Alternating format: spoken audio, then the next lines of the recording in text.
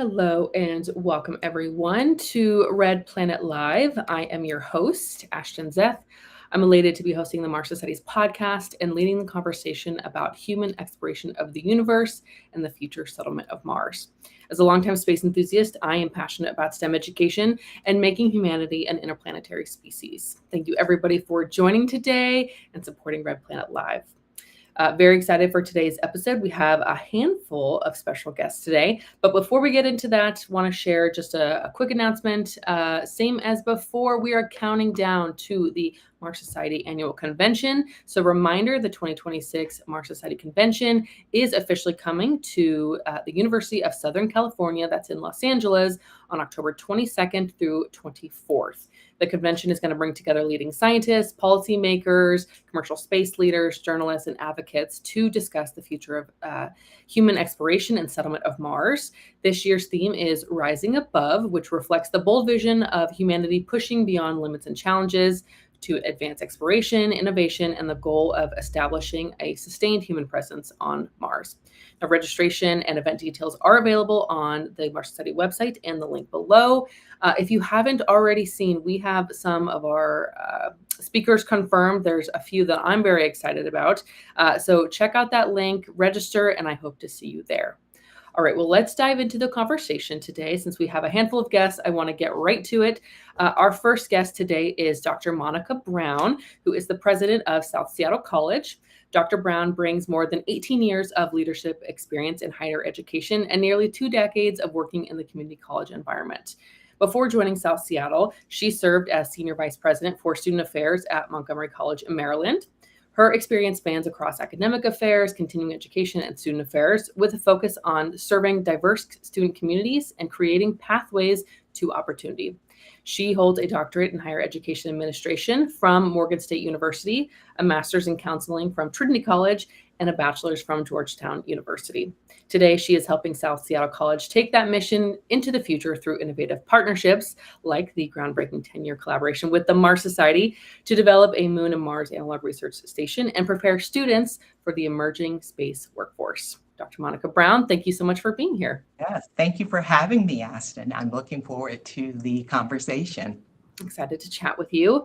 And also we have with us James Burk, who you are probably familiar with. If not, he is a founding member of the Mars Society and currently serves as the Mars Society's executive director for the last 3 years, overseeing all Mars Society programs and initiatives. James Burk has previously served on multiple crews at MDRS, including commander of Crew 261, in addition to leading the Mars efforts. James also is a co-founder of Space Northwest, an organization focused on strengthening and growing the space community in the Pacific Northwest and attracting new interests to the area. Lastly, James also leads the Mars VR program, virtual reality program, and has led the Seattle chapter since 1988. Wow, that's insane. 98. 19. Oh my gosh. Okay, I'm switching up those numbers there. 1998. James. Yeah, almost 30 years. So it's been amazing to be here in Seattle, and I worked at Microsoft for 20 years. Yes, Microsoft. Yeah. Pacific Northwest local. It's great to see you again, James. Thank you for being here. Thank you so much, Ashton. Thank you, Dr. Brown, for being here as well. Thank you. So much exciting to chat about. Yes, we're excited about the opportunity to connect today. I want to thank you both for being here. So let's dive right into today's conversation. On the podcast, I do a segment called Question of the Day. It's just meant to be an icebreaker, no right or wrong answer, just curious to hear your thoughts and opinions.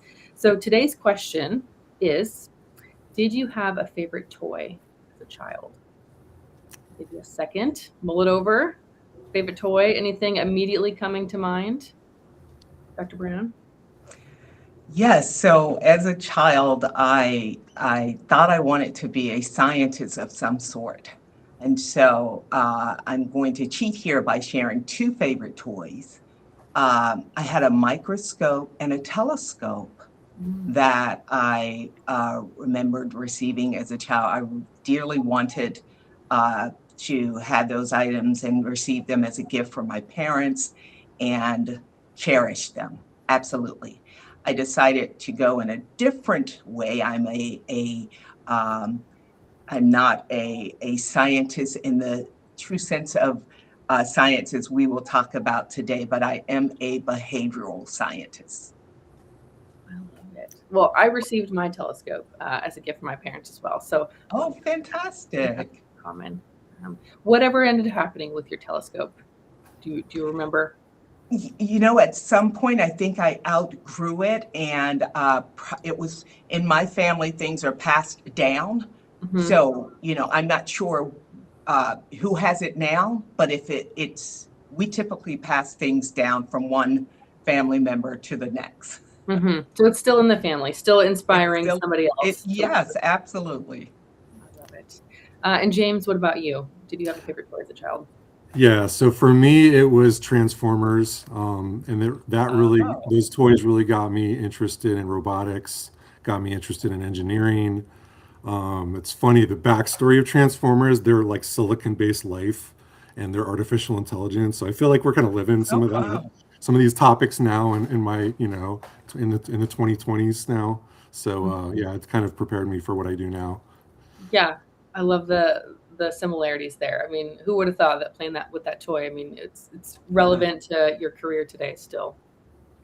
Very exciting. Well, I'd say one of my favorite toys as a kid was a viewfinder. And now as an adult, I'm starting to collect old space toys and gadgets. So I just bought myself a 1960s viewfinder and some old film. I found this online from a thrifter. It's got the original film in there. So I've got two Oh my packages, goodness. 3 sets each. So this is my new treasure to enjoy for a little while. But that was one of my favorite toys. Yes. It's a great find. Right? The things you can find on Yes. the internet, right? Yes. I've been spending too much time on Etsy finding cool gems. But, Yes. well, excited to chat with you both. So let's jump right in. Part of the reason that we're having this conversation today is to announce and talk about the partnership between South Seattle College and the Mars Society.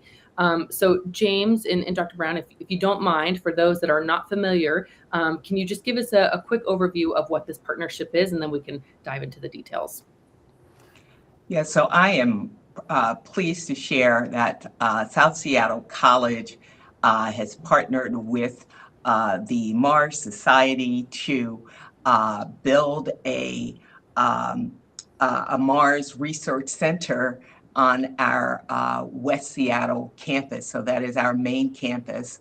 And this analog research station will be used to provide great opportunities, hands-on opportunities for our students in various areas of research, looking at how we can use the current curriculum and build on the programs that we have now, using opportunities for students to become familiar with current and future technology, and also thinking about how they will be able to use culinary skills to learn how to grow vegetables and such on space in Mars, if you will.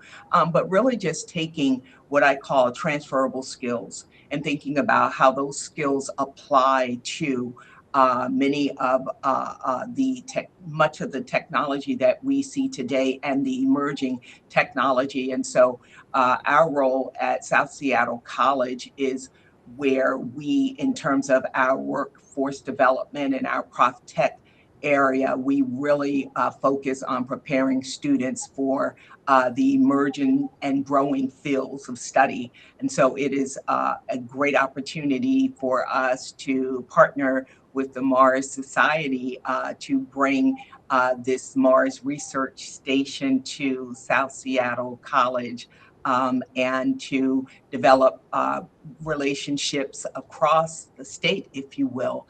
And I don't want to steal James' thunder. I'll let him weigh in and talk about it from his perspective. Yeah, absolutely, Dr. Brown. You really described it well. We're very excited to be partnering with South Seattle to help them pivot their current programs and find new opportunities with us. This will be a research station that is within a whole set that the Mars Society operates. So we just had a crew come back from Flashline Station up in Canada, up in the Arctic. Just in the last couple weeks, they finished their mission. We have our field season in Utah, at the Mars Desert Research Station starting up in October and preparing for that now, having some upgrades planned that are going to get put in place now. And so what we're really hoping is that South Seattle becomes a node in that network of research stations, but also one that we can prepare the students directly to find those opportunities within the other ones. We also hope that we can set up a mission support center as part of what we do at South Seattle so that we're actively operating and supporting the other research stations in the network as well. And so we also really hope to work with the other educational institutions in Seattle, the other colleges in the district, the charter schools, the K through 12 institutions, having them come and be part of programs that we have at the college across all the different departments. And there's pretty much everything that we do at the Mars Society touches something within the district and the programs they currently have. And so it's going to be a really exciting opportunity for all of us to work together over the next several months to plan out those new programs. And as we're fundraising and as we're getting ready to begin construction on what may be a new campus, a new research center and group of buildings, mirroring the ones that we have in Utah, for example, as a potential, design, touchstone. But it really is going to be a custom center for both the college and for us that makes the most sense for both of us. And so I'm really excited to continue having these conversations that I've been having with Dr. Brown and the other faculty to plan out something that makes sense for all of us through these partnerships. Mm-hmm. It's an incredible partnership, and the Pacific Northwest is so lucky to have this type of partnership and what it's going to do for the local economy with the aerospace companies, the students that are going to go through these programs.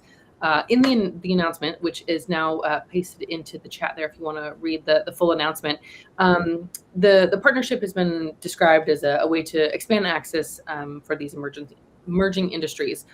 Tell me, why is South Seattle College the right place for the Mars Society to build this Moon and Mars Analog Research Station? Certainly. So South Seattle College is the workforce hub for the Seattle colleges. So South has that position, and we are proud to continue building on our current offerings to prepare students for the workforce, to help students learn around the technologies that are available today and then the emergency technologies, and to develop our curriculum in a way that we're able to be on the cutting edge of those things that currently exist. And I'm always thinking about what about the things that don't exist at this time that we can imagine and that we can prepare our students for and our faculty to teach, so that our curriculum aligns with the industry and and being able to prepare the workforce for the industry. And so we are in a position to do that now. And South is very proud to be a leading college in the Pacific Northwest around Prof Tech, but also to be able to grow as we enter into this new era in our partnership with the Mars Society. So South Seattle College is positioned to continue doing well, the type of work that we've always done. And this is an opportunity to take it to the next level and to enter the next chapter in this partnership. And so we are excited. So South is the place to do this, and we're glad to be in partnership and working together and being available, having this available across the state, as James said, to other community colleges. We even invite our university partners to come here and to learn with us and contribute to this ecosystem of higher education and of education here in Washington State, thinking about the K through 12 systems and education as a whole. So it is an exciting venture, and South is positioned to lead this work and to partner with others in doing this work across the state. Speaking about the opportunity for these students, we know that this agreement is bringing together space studies, skilled trades, internships, partnerships. What are some of examples of how a student at South Seattle might actually get to participate in a moon or Mars research through this program? Yes. Yeah, I can take that one. Yes. Just in walking around the campuses, not only the main campus, but also the Georgetown campus, seeing some of what the different trade schools are teaching the students, I found two examples that are highly relevant. So the EV program that Joydeep is going to talk about on this podcast later, there's a lot of ties to what the lunar rover companies are doing. A lot of them are using automotive chassis. And so the students that are learning how to develop and maintain EV cars are, learning skills that are highly relevant to space vehicles that we're going to use on the moon and Mars. And just in the next couple of years, this is going to start up. So that's one example. The other one, I visited the building school that is working with building buildings with concrete, and they use a 3D printing like process, and they have a big four-wheeled machine that is an extruder, and they use that to build pieces of building, like concrete made pieces of building. Well, that is exactly how you would build a habitat on the moon or Mars, is you would use local materials with a device just like that. And so the students today, they don't even know this, but they're learning how to build space habitats already. Wow. So that builds on something that we're doing, and thank you, Jane, for mentioning our Georgetown campus and the cement masons who are doing great work there, and the apprenticeship programs that we have at Georgetown.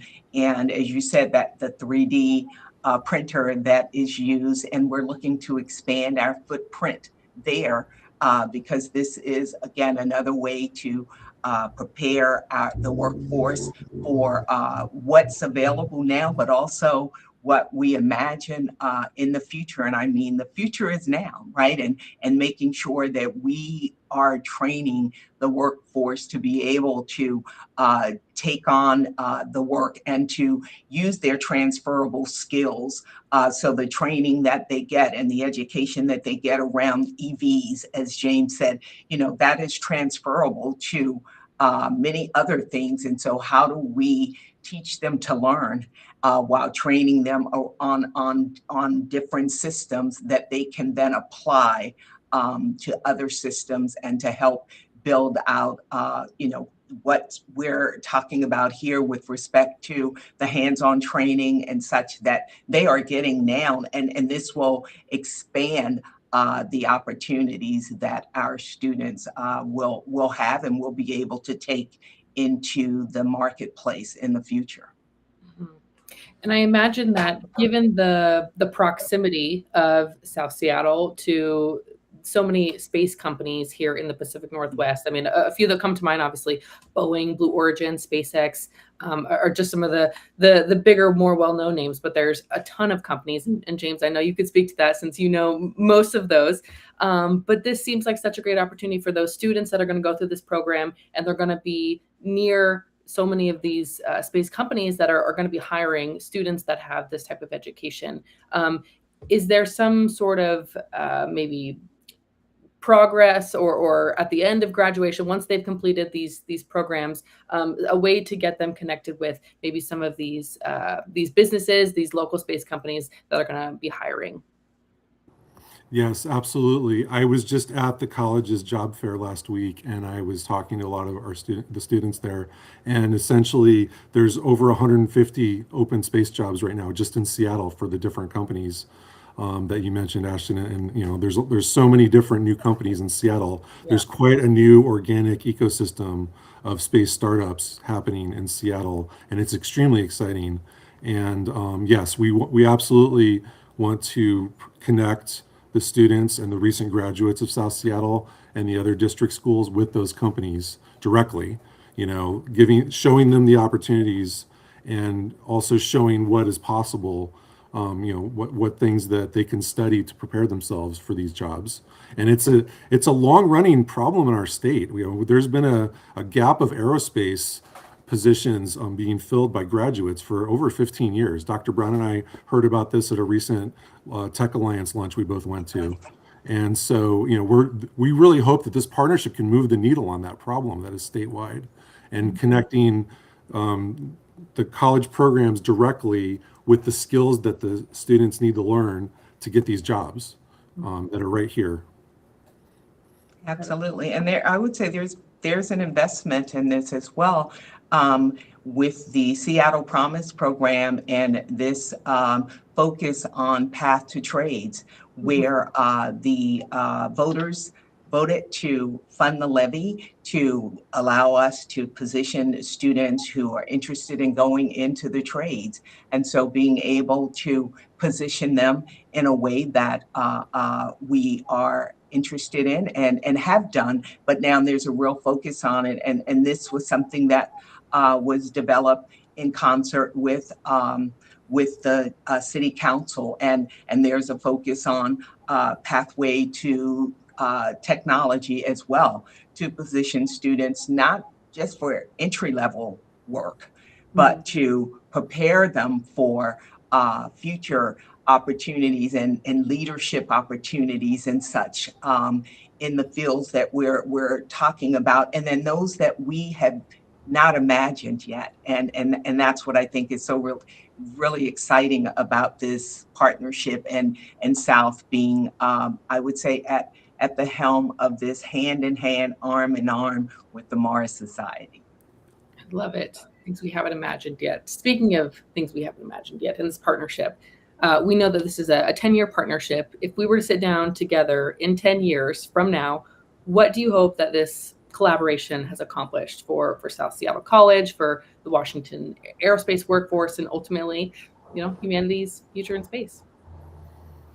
I would say we often think about Texas and Florida as sort of being the leaders. I would hope we're looking at Washington as being the leader in that space, and having come out of the partnership that we're building and the expansion of that in 10 years. And that, I would say our partners in this, the Mars Society, is looking for the next opportunity to build out a space center and a research center that will give opportunity to even more students. I hope we have to increase and grow and expand in ways that we are just imagining, because in 10 years, we will have attracted a great deal of attention, and we will be working along with many other educators, colleges, universities, 2-year, 4-year, and of course our K through 12 public school systems. So I hope to see this expand across Washington, and that the Pacific Northwest becomes a leader and the leader in this work. Is there anything you want to add to that? Yeah, I 100% agree. And I think that Space Northwest has a goal of $40 billion in space business by 2040. And we're trending ahead of that at the moment for Washington State. And so I think in 10 years from now, not only will we have a super vibrant space community that we currently have now, but it'll be much bigger. We'll be training people to be astronauts. We'll be training people to be Moon and Mars settlers. Our programs currently, we've had about 2,000 people go through the Mars Desert Research Station over the last 20 years, and 4 of those people have become astronauts. I hope, 10 years from now, we're just manufacturing astronauts from Seattle. Kids are learning how all the skills they need to do that type of work, to be, the maintenance workers of the future in space, making sure that all the equipment and hardware and things that are life sustaining for everyone there are up and running, and South Seattle can be the main school to do all that. Incredible. I'm so excited about this vision, and maybe selfishly, hey, there's some way, can I be involved? I want to help these students as well, get them inspired, and at least from the Mars Society perspective, just get them excited about what's happening in aerospace and the space industry here in the Pacific Northwest. And yeah, this is a really exciting time. We're giddy about it. Absolutely. And you're getting the word out, Aston. Look at this. I mean, here you are a partner in this work as well. So thank you. Absolutely. Well, any students I see, I'm going to let them know, hey, there's this new program you got to check out at South Seattle. Yes. Well, Dr. Brown, thank you so much for joining me today. You. It's such a pleasure to meet you and get to chat with you. And James, as always, thank you for joining as well. Likewise. Thank you so much. Thank you. Such a pleasure. Okay, well, we're going to transition here. I'm going to introduce our next two guests for today. And then the second half of the conversation, we're going to be focusing with them. And so our first of the two other guests is Joydeep Hazra, who is a technology and innovation leader with more than 25 years of experience spanning telecommunications, network engineering, and emergent technologies. He's held leadership roles with companies in the Pacific Northwest and today manages a federally funded electric vehicle program at South Seattle College. He's also a founding member of the Mars Technology Institute, bringing his technology and program leadership experience to the growing space ecosystem. Hi, Joydeep. Thank you for being here today. Thank you for inviting me. Excited to chat with you. And we also have joining us is Ferdinand Urbino, who is the Dean of Instruction for Aviation, Automotive, Heavy Diesel, and Welding at South Seattle College, where he focuses on workforce development and creating pathways into high-demand technical careers. He's been a strong advocate for connecting education with industry and helping to bring that vision into the space sector through South Seattle College partnership with the Mars Society to develop this space habitat and expand opportunities for students in the growing aerospace industry. Ferdinand, thank you so much for being here as well. I'm excited to chat with you both today. Thank you. I appreciate your time. Of course. Well, you probably already heard our question of the day, so you got a little bit longer to think about your favorite childhood toy. But let's ask the same question. Did you have a favorite toy as a child? Joydeep, you want to take that first one? I got it ready with me, so yes. It's a wooden plane. It's from Boeing. Oh, there you go. I always had one from the age of 4, and I still have one. I mean, somehow we never stopped producing it. Mm-hmm. It teaches you something simple as a piece of wood that can fly. Mm-hmm. It gives you hope. So I always had it with me. That was your toy. Okay, and I love that you still have one with you. Keeping the dream alive. I think there are 25 of them now. 25 of them, yeah. Okay. just a couple. Yeah. Well, my toy was pretty similar to James, and I didn't need that much time to think about it. It was also a Transformer, but I was more into the Decepticons than the Autobots. So my favorite toy was Soundwave, and because I was a child growing up in the 80s, music was kind of a big thing. So Soundwave transformed into like this boombox, and then these little Transformers came out of his tape deck chest. So I don't know. It just seems like that was one of my aligned multiple areas of my life at that time. And similarly, I think to James, things are coming full circle again. Mm-hmm. I love this. We've all seemed to have some connection with our toy in the past and still have that connection today. Maybe there's something in there, something in the water about those toys that have influenced us and impacted our lives, even as we're adults now. Well, so excited to be chatting with you both. And now you've got me thinking about toys and their impact, but let's focus on the partnership between South Seattle College and the Mars Society.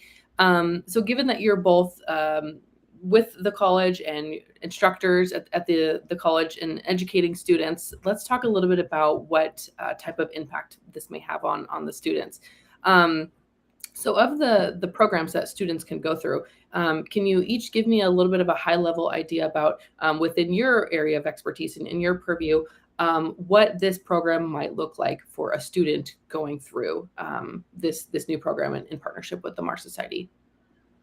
Joydeep, you want to start with that one?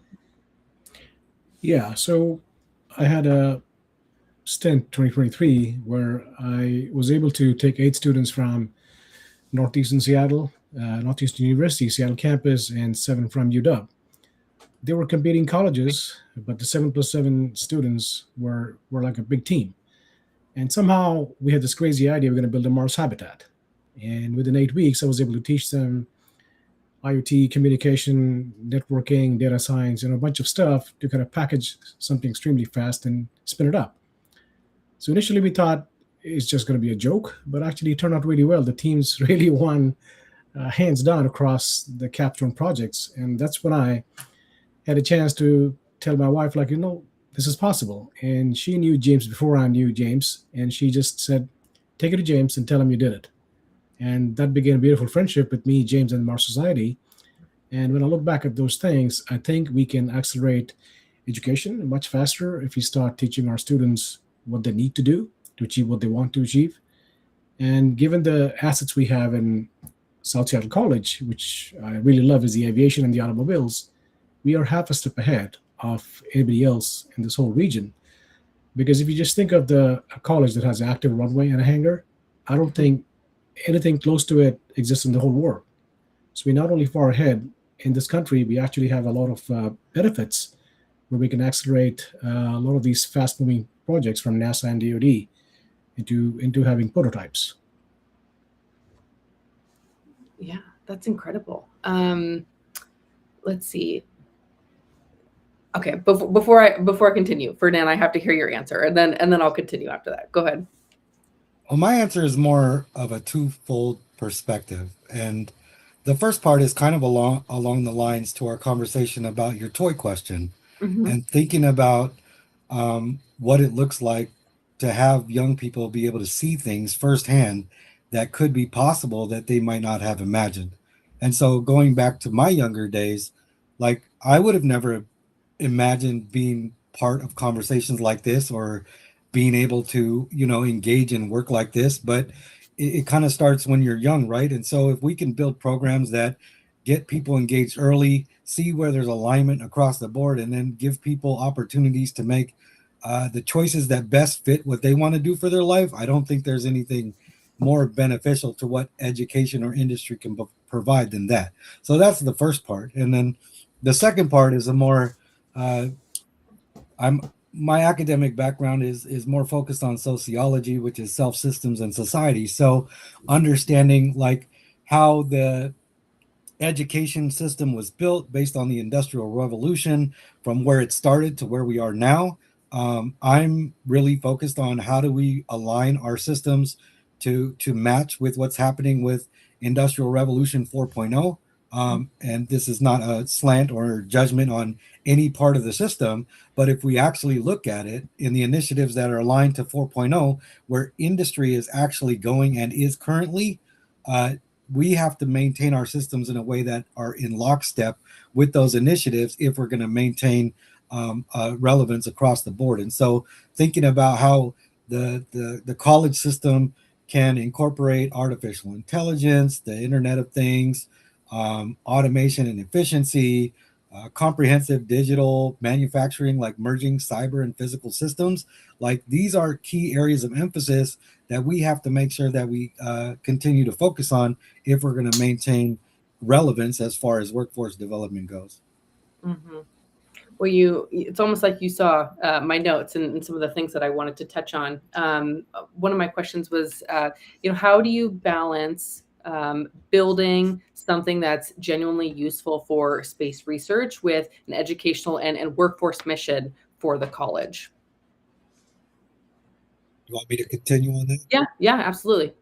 So when I first started with the college, I'm program dean, so I oversee multiple skilled trades departments, and then just understanding the perspective of where industry and technology and all these different things are going has been my core of my initiatives moving forward. Is how do I advance these programs to align with industry? That's where we started really integrating and focusing on hybrid electrical vehicle technology, thinking about the integration of computing into auto mechanics. So thinking just like, for example, if we can, and I think another guest touched on this already, but if we can think about if a person thinks they want to be an auto mechanic, but then doesn't realize that they could also be a Mars rover technician, like the automatic transfer of skills is there if somebody can show you that there's a pathway, right?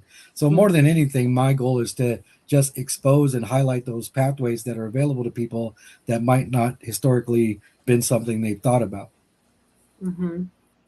Well, specifically, you mentioned AI and digital. So this is going to be a question for both of you. But thinking about those technologies, what role do you see AI, robotics, autonomous systems, and other emerging technologies playing into the future of this program for your students? Ferdinand, I know you're just talking. So Joydeep, I'll give you this one first. Okay. So I look at the whole thing as not just individual subject areas like robotics, AI. I look at this like a stack. I'm a huge Star Wars fan, and somehow in Star Wars, everyone knows how to fly things, and everything moves with some electric power, and somehow they have a software. So if I look at things, we got 5 components. The bottom component is physical AI that starts with mechanical. All the mechanical objects are powered by electricity. It's electric power. There's some kind of a circuitry and IoT and some kind of a electronic system that controls all these things. So the third layer is electronics. Then to run these things, you need software. That's where computer science comes in. And eventually in the top, we got AI that makes things automated, seamless, intelligent. So mechanical, electrical, electronics, computer science, and AI. This is the stack that I want to put it as a package. So no matter which student or teacher, professor, anybody comes in this 10-year journey and a long journey, they have to understand they are a part of the stack. They may have an expertise in one of the 5, but they have to pick up the rest 4. And again, going back to young people who will see as we develop things, they will start to understand like, oh, this is how these things work. So they have an early approach to understanding these 5 classical domains and start considering them as one centerpiece of technology. So going back to your first question, it is not robotics AI, it's all fit in one package. Absolutely. They're all interconnected. Ferdinand, what about you? Anything you want to add on that point? Yeah, similarly, and I'm just thinking from a global perspective, we are, I believe, at a unique space and time where we cannot ignore the intersectionality of all of these different components. So even thinking about how education has been offered or industries focus only on specialized things, we can't do that anymore because it's all integrated. And so if you're not someone who's willing to try and understand integration of those different components on a baseline level, it's going to be hard from an individual personal perspective to remain competitive in the workforce without those different components or levels of understanding. And so really being able to, like Joydeep said, with intention, stack those things in a way that makes sense for the individual, so that way they can immediately see how those things can transfer is a intentional point of emphasis that we're trying to do as we build these partnerships and relationships, in addition to streamlining what education and industry does together. Mm-hmm. Yeah, and the benefit is that having, like you said, that cross section, the skills and an overview and understanding of all of these tools in that stack is going to make a student that's coming through this program and eventually looking to enter the workforce that more valuable of a candidate to these companies, given that they have that background and understanding of all the pieces in that stack. But Joydeep, I heard you say electronics and electric, and it reminded me that James had mentioned something, and I wanted to ask you about this. But I heard that you were able to get a full-size Tesla car that's an EV trainer, and it has all the guts exposed, so students get to learn about it. Tell me about this EV trainer. So it's a regular production Tesla Model 3. Mm-hmm. And it's from a company called Console Labs. So Console Lab takes a commercial platform. They take the 400-volt battery from underneath the car that runs the motors out, and then they individually expose all the components from the drivetrain to the circuit boards to the air conditioning. So you can literally have the whole car without a hood and without seats. So you can see all the guts of the car nicely labeled with a nice, plastic on top so you don't touch it by mistake. Mm-hmm. And then in the front, we have something that looks like an iPad. It's nothing but a console that is connected with the car. So you can digitally simulate how to turn the car on, how to put the car in a drive or reverse, and then you can even press with your thumb or a finger the pedal. I wouldn't say a gas pedal, but the power Yeah. pedal, and then you see the car accelerating. Then you press the brakes, it decelerates and starts regenerating the energy. So all these things, when you see a car, you can really touch it. You can have the guts exposed. It's a lot powerful than reading a 50-page manual and then trying to visualize things. So these things will make a learning journey extremely fast, and the memory is going to be have a lot of capacity to hold these things because you have colors, pictures, lights, LEDs, things flowing than just a 2D image. Hmm. And so when you come to South Seattle or just Seattle, just stop by. We will let you turn the car on and see the colors flow. Wow. I'm not sure students would have, maybe that opportunity otherwise. So this is something that students through their curriculum, maybe through a class and their program, would have an opportunity to experience. So not only the students who are doing this thing, any student in South Seattle College can come up and say, yeah, I want to see this thing. We'll be happy to show it. And we do have guests from the public. We have people come in every week trying to see what we do in our labs, and I proudly take them around and I'll show this car. Okay, does that apply to non-potential students that can come and see It it? applies to any member of the public who can Okay. let us know ahead of time that they're coming. Okay, It's a all working right. place, so we have to be careful when we take them in. Okay, so podcast hosts as well are count as general public. You're part of the Mars Society, so you're welcome. Beautiful. I love it. What would you say, as a potential student, I think of the young people that I speak with. In addition to hosting the podcast, I also lead our ambassador group doing public outreach about the Mars Society and getting people interested in space exploration and future settlement of Mars. And I do get to talk with students or young people, maybe high school age students, and they're not quite sure what they want to do with their lives. Maybe they're not set on the traditional, 4-year university path, but they want to do something. They just don't know where to go, and they're trying to put their foot in the door somewhere. What would you tell a potential student about coming to South Seattle College and participating in this program? What would you say to get them excited and why they might want to explore this option? So Ferdinand, you want to take that one? Sure, I first? could go. I'm just waiting patiently and wondering when I should speak. I had the privilege of working in the K-12 system also, and there was a program called Expeditions, and that was through a charter school called Summit Public Schools. And so they actually stop their core curriculum 3 times a year and give students an opportunity to go try things and experience skilled trades, experience these things. So that way, by the time they're applying for college or all these other things, they have a better idea instead of trial and error once they've already graduated. So that was a great and amazing program. But a general piece of recommendation I would give most students is knowing what you don't like is just as important as knowing what you do like. So take a risk, take a chance, try something new. If you don't like it, that's just as important as knowing what you haven't done or want to do. So, I mean, having a curious brain and just really trying to figure out ways that things, especially when we're young and we're learning about ways to explore and understand ourselves, like there's no other way to do it than to go out and try it. And then you can make a decision that will work for you more long term. So that's the advice that I would give any young person that I encounter as far as making selections on what they want to do. And the other part that I would say is there's no such thing as a bad opportunity.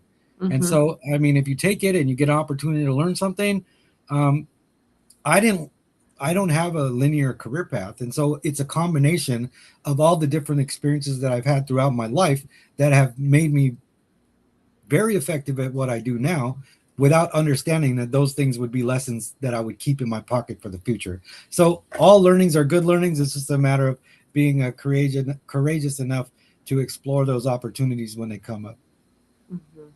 I love that. I mean, take a chance. Like you said, even if you learn you don't like it, you've still learned something, and you're redirecting where you're headed next. So I think that's valuable advice. Joydeep, what would you add to that for a potential student that doesn't know where to go next? But what would you say to them about participating in this program at South Seattle College? I always compare with, a bad example like smoking cigarettes and alcohol. Everyone does it. I say the same thing. If you want to do it without permission, why don't you give it a shot at science? It's one of the most exotic things you can learn, and you have no idea how colorful that whole thing is. Mm-hmm. And I was one of those students. I started learning after I finished my engineering degree. I was hired by Nokia, and they put me in a place. They give the whole system to me, opened the whole system up, and said, "Go and learn it. And once you're ready in 6 months, we'll send you places you've never been." And I thought, wow, travel is easy. Let me go and study. So in 6 months, I think I studied a lot more than I studied in 7 years in my high school in engineering. So the same thing I tell people, that give it a shot. This car is open for you. This whole aviation hangar was designed by someone, so you can take a look and figure out what you want to do. You can fix a tire, you can fix a engine, you can fly it, or you can create the next most efficient lunar rover. It's all here. So I'm incredibly happy that this camp is like a huge bonus to this region, that somebody designed it back in the 60s, and we can still take advantage of that. So just by being here, it's a huge benefit for anyone in the region. Mm-hmm. Absolutely. Speaking of the region, I asked a question similar of Dr. Brown, but I want to hear your thoughts as well. We know that the Seattle region is already a major aerospace and technology hub, although people would probably tend to say, again, Florida or Texas. They just don't know that Washington has so many of these aerospace companies. How do you see this partnership as a way of creating a strong bridge between the South Seattle College and the emerging workforce, the emerging space economy? How do you view this partnership as an opportunity for those students that are going to enter the workforce? Ferdinand, I'll let you take this one too. I think selfishly, and I've said this in multiple different spaces, maybe it's because I'm a highly competitive person by nature anyways, but I would hope that Washington State and Seattle specifically, because this is where I was born and raised, again becomes the national model for what innovation and effective workforce development looks like, and then partnering with all of the people within that ecosystem to make it happen. I think not only could we have positive regional impacts, we could be a national model, and then we could also be global level influencers in these conversations on how to prepare our people for effective careers as they navigate life. And so I just hope that by the time the end of my work is finished, that Seattle again can be a place that it's thought of as, oh, those people over there, they're leading the way in a lot of things. And so I hope that tradition can continue, and I'm just happy to be part of that. I love it. Just happy to be part of it. I mean, just contributing to the bigger picture and helping those people, those students get through and contribute to the space ecosystem. I love it. Joydeep, what about you? I would echo the same. It's a great opportunity for us to do things in a better and faster way. So 50 years ago, this was a hub of Boeing. And there must be something in the air and the water and the land that they made the first 7 series. You know, people were doing a barrel roll with a big commercial plane. And this is the same place in Kent where the lunar rover was built. So I firmly believe there's something, maybe the Mount Rainier is radiating something. There's something out here that makes things happen. And the infrastructure, the ecosystem, I mean, imagine having a runway behind your campus. I mean, who can talk about that? So all these things, we have it. So giving all these exciting things, I think we can accelerate faster. And one thing I firmly believe, that now we have a lot more startups than a few decades back. We have the big companies that have the benefit of money, space, power. These new startups are extremely fast and innovative. And South Seattle College, the campus, the assets, can really help turn those designs into prototypes that can actually start flying now. So we want to play an important role in turning design into pre-commercial, so our startups can get to a commercial stage and things get launched faster. You're right. I think there definitely is something in the water. And I have to say, I'm also excited that this whole episode, we have Pacific Northwest people. I don't know if I've ever had a single episode with this many people from the area. As a Pacific Northwest gal, I'm so excited that just to be a part of this conversation, to witness the partnership between South Seattle College and the Mars Society. I think that this is an incredible opportunity for those students that want to join and be a part of this emerging industry. I mean, the space, I mean, really is the next frontier. And to think that there is an opportunity for students to be at the forefront of that, learning those skills, participating in these trades, getting the education needed so that they can join that workforce and be, you know, part of the next golden age of space, you know, Apollo era 2.0, seeing humans go back to the moon, go to Mars for the first time. It's so exciting, and I'm just glad that, you know, we get to have this conversation to inspire and excite those young people that are going to go through this program. So it's an opportunity, incredible opportunity for me to get to chat with you guys as well, and I'm so excited about it. Just to even think that we have something like this for young students is really exciting. So I want to say thank you to Joydeep and Ferdinand and Dr. Brown and James for coming on the podcast today and speaking with me about this program. It's been a pleasure to speak with you, to learn from you, and excited to see where this goes in the future. Stay tuned. Ferdinand, thank you again for your time. We're going to wrap up the way that we always do. Special thanks to our executive director, James Burk, our PR director, Michael Stoltz, our bestie behind the scenes, Leah. Thank you for your help. And want to thank you to everyone who tuned in today. As always, and this is especially true on this episode, the best is yet to come. Thanks, everybody. We'll see you next month. Thank you.